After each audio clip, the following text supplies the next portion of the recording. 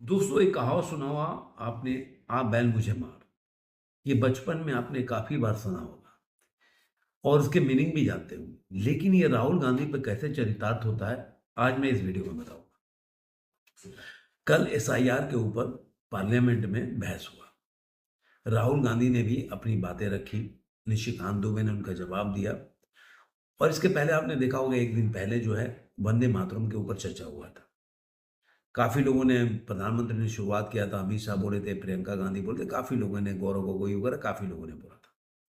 लेकिन कल का जो बहस का मेन जो टेक बोल सकते हैं पॉइंट है, वो है राहुल गांधी की बातों को जवाब जो निशिकांत दुबे ने दिया। वो ये चरितार्थ करता है कि आप बैल मुझे मार। मैं जब भी ये बात बोलता हूं कि राहुल गांधी जो कोई भी मुद्दा उठाते हैं तो पता नहीं क्यों अपनी जो उनके फ्यूचर में, सॉरी पास्ट में, जो कांग्रेस द्वारा, उनके नेताओं के द्वारा, चाहे वो नेहरू जी हों, इंदिरा गांधी हों, जो उन लोगों ने, जो कांग्रेस द्वारा अपने पास्ट में किए गए जो गलत कार्य हैं, वो कहीं ना कहीं से वो उखड़, जो खोद के बाहर निकाल देते हैं या मौका देते हैं कि सामने वाला खोद के निकाले। जो कि आम जनता, कई बार क्या होता है कि कई चीजें आम जनता को पता नहीं होता। लेकिन राहुल गांधी जो मुद्दा, उनके लिए उनको मैं सल्यूट करता हूं कि वो चीज ऐसा मुद्दा उठाते हैं जिससे कि वो अपने जो पैरों के नीचे की जमीन खुद खोदते हैं और वो दिखाते हैं कि देखो, खोदो, जानो कि हमने पास्ट में क्या क्या गलत कार्य किए हैं।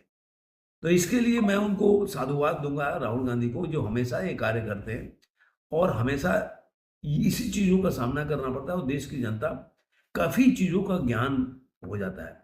मतलब आप बोल सकते हैं कि राहुल गांधी लोगों का ज्ञान वर्धन का काम करते हैं, कि आखिर जो लोग भी नहीं जानते कि नेहरू जी ने क्या किया था, इंदिरा गांधी ने क्या किया था, राजीव गांधी ने क्या किया था, वो जान सकते हैं। उनको जानने के लिए राहुल गांधी प्रेरित करते हैं कि देखो भाई, अब तुमको मौका दिया, अब तुम जान सकते हो कि आखिर इसके पीछे की सच्चाई क्या है। और दूसरा ना, कि राहुल गांधी में एक और चीज है ना, कि आपको किसी चीज में, एक राहुल गांधी की नहीं, पूरे कांग्रेसियों की आदत है कि बात होगी किसी और चीज की, आम के बारे में बात होगी, इमली पे वो डिस्कशन शुरू कर देंगे।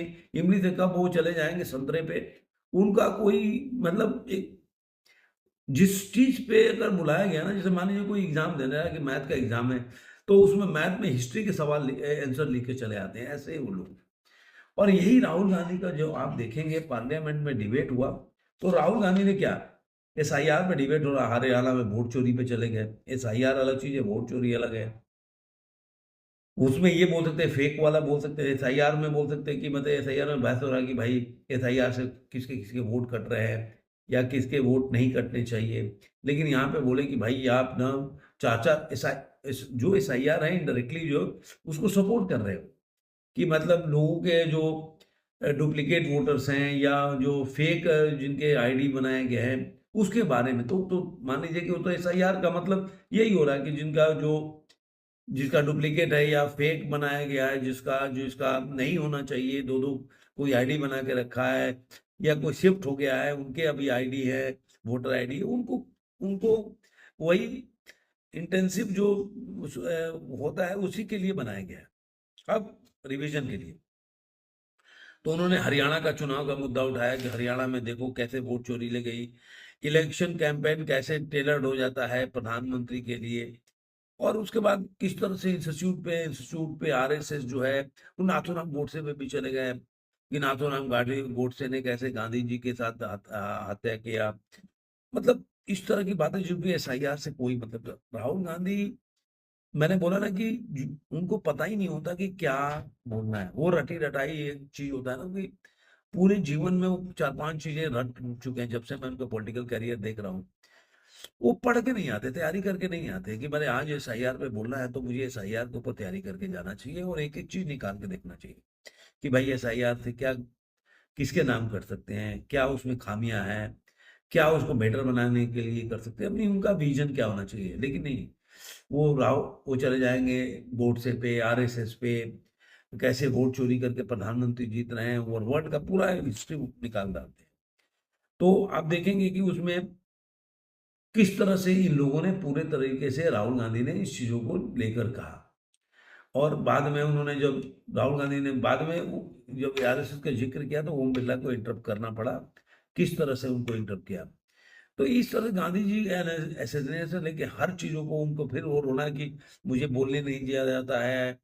और वो मीडिया में भी बोलते हैं कि मैं फिटर ही नहीं मिलता, लेकिन मैं आपको बोलता हूँ कि अगर 365 डिबेट हुआ होगा तो 300 राहुल गांधी के कथनों पे हुआ होगा। जो आदमी इररिलेवेंट है पॉलिटिक्स में, जो 90s से ऊपर चुनाव हार चुका है, जिसकी अपनी कोई, जहां पे वो संगठन नहीं, जहां पे क्षेत्रीय दल नहीं है वहीं पे वो अगर वो बीजेपी से फाइट कर रहे हैं तो जहां पे क्षेत्रीय दल नहीं है वहीं पे फाइट कर रहे हैं। जहां पे क्षेत्रीय दल है वहां पे क्षेत्रीय दल से बीजेपी का फाइट है। लेकिन राहुल गांधी अपने को रेलेवेंट बनाए रखते हैं या मीडिया वाले उनको रेलेवेंट बनाए रखते हैं। 365 में से अगर देखा जाए तो 300 डिबेट उनके ऊपर कर देते हैं, जो कि मुझे नहीं लग रहा कि इतने बड़े लीडर है इतने चुनाव हारने के बाद। तो ये राहुल गांधी का ये था। लेकिन सबसे बड़ी बात है कि जो जवाब उन्होंने दिया, जैसे उन्होंने बोला कि किस तरह से इलेक्शन कमीशन है, उसमें मोदी जी की चलती है, उसको कंट्रोल करते हैं। तो उसमें अब पॉइंट टू पॉइंट जो है, जो निशिकांत दुबे ने दिया, उन्होंने बताया कि किस तरह से निशिकांत दुबे ने जो जवाब दिया कि कैसे संशोधन करके राष्ट्रपति के अधिकार को सीमित किया गया और रबर स्टैंप बना दिया गया कि राष्ट्रपति बाउंड है, अगर अगर एक बार उसको दोबारा उसके पास आ जाए तो उसको साइन करने के अलावा कोई स्टैंप करने का कोई चारा नहीं। दूसरा, उन्होंने बहुत बड़ी बात बोली कि बरेली की चुनाव जब हुआ था उसमें इंदिरा गांधी हार गई थी, तो कैसे वोट चोरी करके जीती थी। और जो जज इसमें, आपको देखा होगा कि उसमें चुनाव हाई कोर्ट से हार भी गई थी, और किस तरह से उसके बाद 3 जजों को बाईपास करके उन्होंने सीजीआई जिसको बनाया, वो 8.5 साल तक सीजीआई रहे। उन्होंने बोला कि किस मतलब नैतिकता की बात कर रहे हो, किस वोट चोरी की बात कर रहे हो, किस तरह की बात कर रहे हो, जब यूपीसीए के चेयरमैन तक जो कांग्रेस के कार्यकर्ता को बनाया गया। उन्होंने वो बोला, ये मैं भी नहीं जानता। देखिए, मैं बोला ना कि राहुल गांधी देश के हित में एक बड़ा काम करते हैं। जो कांग्रेस का पाप है ना, वो खुद राहुल गांधी ऐसे मुद्दे उठाते हैं जिससे कांग्रेस के किए हुए पाप बाहर आते हैं। और आम जनता जो नहीं जानती है वो भी जान जाती है कि भाई कांग्रेस ने अपने पास्ट में क्या क्या ऐसे पाप किए जो कि जमीन के नीचे दबा हुआ है, उसको निकालना चाहिए। तो अब यूपीएससी के चेयरमैन है, ये मैं भी नहीं जानता था। देखिए, ये चेयरमैन कांग्रेस के कलकत्ता को बनाया गया। उन्होंने बताया कि पहला जो चुनाव कमिश्नर थे सुकुमार सेन, वो कैसे उनको राज्यपाल बनाया गया। आप सोचिए, वो चुनाव कमिश्नर थे। बीजेपी में आप देखेंगे कि 64 साल तक केवल प्रधानमंत्री जिसको चाहता था वो चुनाव जो आयुक्त बना देता था। सोचिए। और बीजेपी के आने के बाद ये हुआ कि विपक्ष का लीडर भी बन सकता है, वो विपक्ष का जो एलओपी है वो उसमें, और जो गवर्नमेंट का है, 2 लोगों को शामिल किया गया। उसके पहले तो केवल प्रधानमंत्री नेहरू जी जिसको चाहते थे, इंदिरा गांधी जी जिसको चाहते थे, वही लोग बनते थे जो इलेक्शन कमिश्नर। उसके बाद उन्होंने बोला कि रमा देवी थी, उनको हिमाचल के गवर्नर बनाया गया। आप सोचिए, जो लोग ज्ञानेश कुमार को पानी पी पी के दिन भर कोसते रहते, उनके उनके लिए उन्होंने बोला। टीएन शेषन, जिसका बड़ा नाम है, लोग वहां जाएंगे कांग्रेसी से लेकर, अरे बाप रे, जो आदमी टीएन शेषन के बारे में नहीं है। टीएन शेषन अद्भुत आदमी थे, चुनाव प्रक्रिया को चेंज कर दिए। लेकिन हमारे समय की बात है, उसमें तो जाऊंगा तो एक अलग से बनाना पड़ेगा। टीएन शेषन को अहमदाबाद में बीजेपी के खिलाफ कैंडिडेट बनाएंगे, सोचिए। उसके बाद एमएस गिल, कांग्रेस में 10 साल तक वो मंत्री रहे। ये लोग सब चुनाव आयुक्त रह चुके हैं भाई। तो इस तरह से उन्होंने उन्होंने बोला कि आप किस नैतिकता की बात कर रहे हो। तो ये 4 आदमी का उन्होंने नाम गिनाया। उसके बाद उन्होंने फिर आया कि भाई सीबीआई के बारे में जो बात कर रहे हो, सीबीआई सीबीआई पे कंट्रोल है, ईडी पे कंट्रोल है। तो आपने किसी को भी नहीं छोड़ा, ना सीबीआई, ना ईडी, ना आईबी, सबको आपने आपने यूपीएससी को गिरा दिया, जो कि आप पब्लिक सर्विस कमीशन नहीं। पब्लिक सर्विस कितनी बड़ी बात है। उसके अगर कमिश्नर, उसके जो चेयरमैन को आप चुन सकते हो, कांग्रेस के कार्यकर्ता को बना सकते हो, और आप नैतिकता की बात बैठ के कर रहे हो, तो ऑब्वियसली देश की जनता को जानना चाहिए। और उसके बाद उन्होंने सीबीआई को किया कि अश्विनी कुमार जो थे वो राहुल गांधी और सोनिया गांधी की सिक्योरिटी देखते थे। उनको उनको सीबीआई का चेयर वो बना दिया गया, चेयरमैन बना दिया गया, महानिदेशक। उसके बाद आप रंजीत कुमार जो अहमद पटेल के साथ दिन भर बैठे रहते, उनकी डायरी भी पकड़ी गई थी, उन्होंने जिक्र किया। और किस तरह से अहमद पटेल ने उनको, रंजीत कुमार को, कैसे सीबीआई का महानिदेशक बनाया। एम के नारायण का भी जिक्र किया कि बाप रे, एम के नारायण को कैसे उनकी उनके आप तरफदारी करते रहे, पूरे जीवन उनको बचाते रहे। इस तरह से देखा जाए तो उन्होंने कई चीजें बोला। उन्होंने एक और चीज बोला कि जो ईवीएम का बारे में बताया कि पहले जब चुनाव राजीव गांधी हार गए थे तो वही बोले थे कि बूथ कैप्चरिंग की वजह से, मैंने जो बैलेट पेपर से चुनाव होता था, आप जाएंगे तो मिल जाएगा, बाइट भी राजीव गांधी का मिल जाएगा, कि उसकी वजह से वो चुनाव हार गए। और इसीलिए वो ईवीएम जो है वो लेके आए थे। और उसका उन्होंने बताया था कि 1987 में पहली बार इसका पायलट प्रोजेक्ट हुआ था, लॉन्च हुआ था, जिसको राजीव गांधी के की वजह से, क्योंकि राजीव गांधी जानते थे कि जो बिहार में, उत्तर प्रदेश में जहां भी चुनाव हुआ, जहां पे वो हारे जा रहे हैं, वहां पे बूथ कैप्चरिंग जो सरकार है, लालू यादव की सरकार हो, मुलायम सिंह की सरकार हो, या ये लोग उन्हें बूथ कैप्चरिंग करके बैलेट पेपर चेंज करके और ये चुनाव जीतते थे। आपको पहले भी बताया कि नेहरू जी के टाइम में जब, देखिए कौन लीडर थे, मुस्लिम लीडर थे, वो चुनाव हार गए थे। उत्तर प्रदेश का कोई क्षेत्र था, बरेली था या क्या था, जो आप लोग बताइएगा मेरे को, मैं थोड़ा सा भूल जाता हूँ मैं। वहां पे नेहरू जी ने जब पंत जी सीएम थे तो वहां पे बोला कि नहीं, ये बंदा जो जीतना चाहिए। तो वो बोले कि अरे यार, वो तो मतलब वो रिजल्ट भी डिक्लेयर हो गया है, वो रैली भी निकाल कर कि वो नहीं, अगर वो चुनाव नहीं जीते, पता नहीं मौलाना आजाद थे कौन थे, मुझे याद बिल्कुल, थोड़ा सा देखिएगा प्लीज। तो बोले कि नहीं, तो तुम कल के दिन सीएम नहीं रहोगे। तो वो पहले का चुनाव कैसे होता था, उनके टाइम में होता था कि दो कनस्तर होते थे, उसमें कोई भी आदमी पेपर डाल देता था, न दो पेपर में डाल देता था, दोनों के डब्बे लिखे होते थे कैंडिडेट का नाम। तो उन्होंने क्या किया कि वो पूरा कनस्तर खोल के दूसरे में डाल दिया, गिन लिया वो, फिर दोबारा जीत गया वो।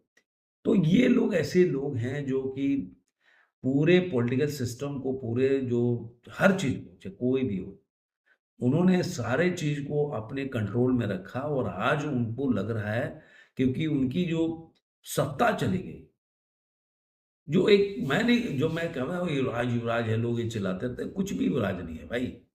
कौन सा राजा है बंदा वो? आप महाराणा प्रताप को बोलो युवराज है, पृथ्वीराज चौहान के फैमिली को बोलो युवराज है, वो जयपुर के नरेश को बोलो युवराज है, ये कौन सा युवराज है भाई? अंग्रेजों की चाटुकारिता करते थे, उसे पैसे कमाए लोग, ये कहा युवराज है।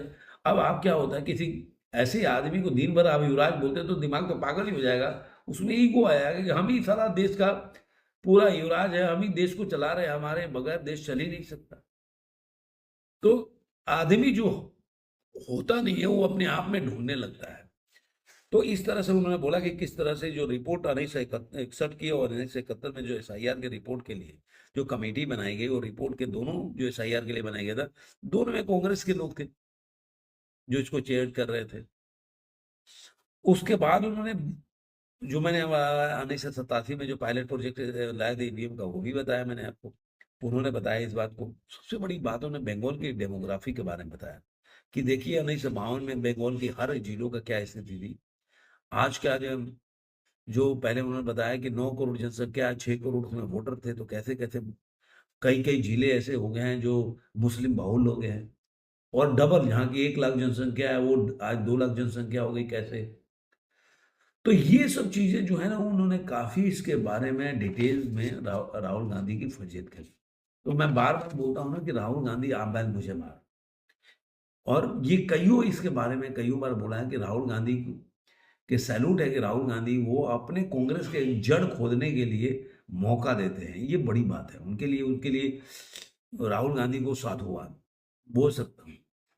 तो ये चीज जो है वो चल रहा है। और इसी में आप देखेंगे तो मल्लिकार्जुन खड़गे ने जयराम नरेश के ऊपर एक बयान दे दिया कि हमारे यहाँ भी कुछ लोग चाणक्य है, मतलब ये डायरेक्टली जयराम नरेश को करके, जिसको तो चुनाव हार रहे हैं। सोचिए, वो भी समझ रहे हैं लेकिन बोल नहीं सकते। आज जहाँ पे आप देखिए कि कांग्रेस का चुनाव कैसे अध्यक्ष होता है, उसकी स्थिति क्या होती है, प्रधानमंत्री का तो कई वीडियो मिल जाएगा, मनमोहन सिंह का वो कैसे जीते थे, अपने को बहुत ज्ञानी समझते थे। उनकी फैमिली कैसे समझती होगी आज। मनमोहन सिंह महान आदमी, मनमोहन सिंह के तो मतलब मुझे लग रहा है कैसी इज्जत थी, आप वीडियो से आपको पता चल जाएगा कि मतलब सोनिया गांधी के नजर में वहां कुर्सी पे नहीं बैठ पाते थे। सोचिए, देश का प्रधानमंत्री, और किस जलालत की जिंदगी जी के मनमोहन सिंह गए, और फिर भी नजर मिला के वो बातें कर लेते थे। सोचिए, मैं तो मनमोहन सिंह के लिए इसकी तारीफ कर सकता हूँ कि इतनी निर्लजता से कैसे आंखों में देख के बात कर सकते हो, जो हमारी प्रधानमंत्री की गरिमा को कहीं रखा ही नहीं। कम से कम आप अपोज तो करते, नरसिम्हा राव की तरह होते। नहीं भाई, ऐसे लोगों की अपनी रीढ़ की हड्डी नहीं होती। तो ये इस तरह से काफ़ी, और ये वो काफ़ी मीडिया में ट्रेंड भी कर रहा है। तो राहुल गांधी का ऐसा ही है, डेली वो, और अखिलेश यादव को तो पता ही है कि अखिलेश यादव को भी अपना हार दिख रहा है उत्तर प्रदेश में। जिस तरह से योगी आदित्यनाथ, ऐसी खबरें आ रही है कि 3 करोड़, हो सकता है कि 2 से 3 करोड़ जो वहां के वोट कट सकते हैं। सच्चाई क्या है वो तो आने वाले दिनों में पता चलेगा। ये तो सब सूत्र हैं, मीडिया के सूत्र बता रहे हैं, लेकिन आने वाले दिनों में पता चलेगा कि आखिर क्या इसके पीछे की राजनीति है। लेकिन अगर इस तरह से वोट कटेगा तो अखिलेश यादव के लिए मुश्किल तो होगी। आपको ये वीडियो कैसा लगा जरूर कमेंट बताइए।